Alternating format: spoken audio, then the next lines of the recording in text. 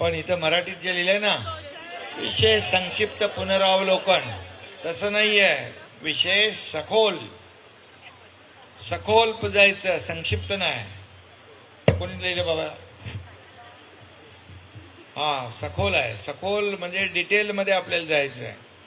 आणि आता याद्यांचं जे आता SIRचा कधी निघणार आहे? 1 एप्रिल म्हणजे उद्याच आहे. तो कधीही निघेल नोटिफिकेशन.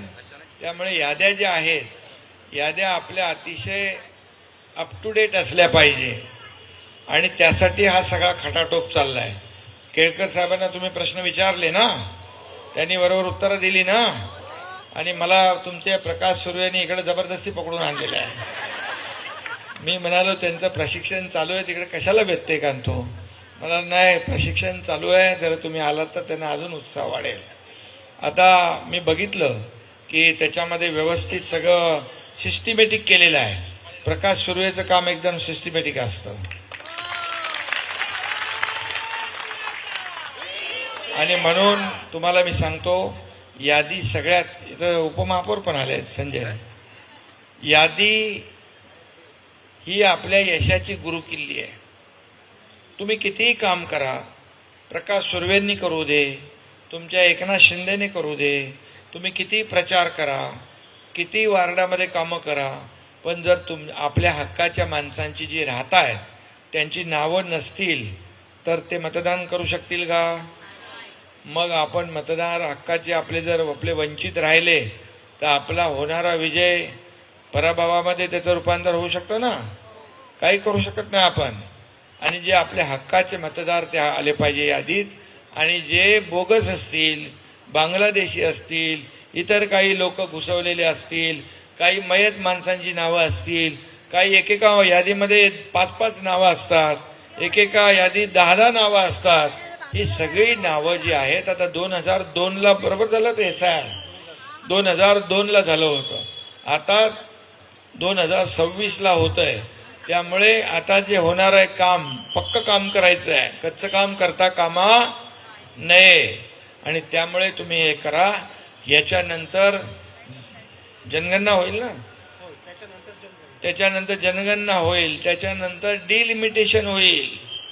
आता तुम्हाला मी सांगतो, लोकसभेचे किती आहेत आपले? 6 मतदारसंघ, त्याच्यात वाढ होईल. आता 48, महाराष्ट्रामध्ये 48 मतदारसंघ आहेत, ते 72 होणार आहेत. आणि विधानसभा मतदारसंघ 288 चे 432 होणार आहेत. त्यामुळे डिलिमिटेशन पण होणार आहे याच्यानंतर. त्यामुळे यादी महत्वाची आहे. नाही तर तुमचा प्रकाश सुर्वेंची तुम्ही मतदार आहेत तुमचे. आता समजा एखादा कोपरा आपला हक्काचा बालेकिल्ला किंवा मधला बालेकिल्ला काढला त्याच्यातून आणि तो निघाला, BLO आले, 2-3 वेळा फिरले, BLO म्हणाले इथं राहत नाही कोण, तो नाव कट होऊन जाईल.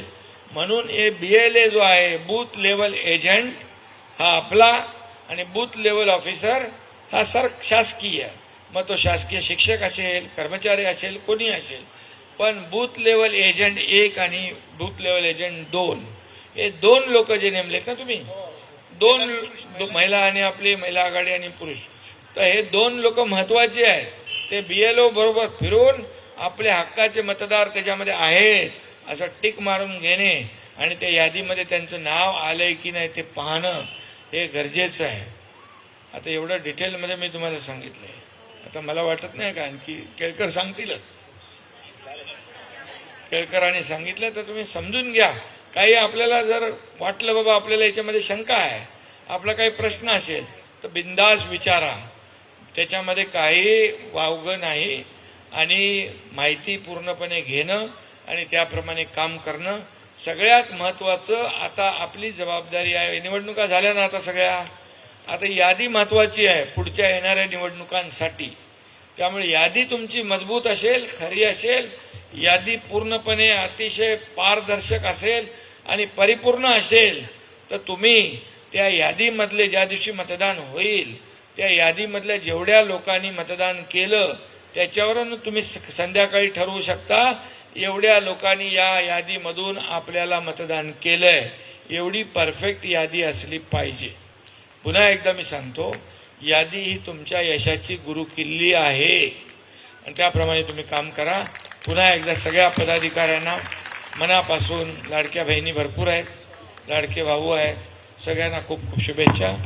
धन्यवाद. जय हिंद, जय महाराष्ट्र. नवनवीन घडामोडी पाहण्यासाठी स्टार महाराष्ट्र न्यूजला सबस्क्राईब करा आणि ताज्या बातम्यांचे अपडेट मिळवण्यासाठी बेल आयकॉनला प्रेस करा आणि परिपूर्ण बातमीबरोबर रहा, इतरांपेक्षा एक पाऊल पुढे.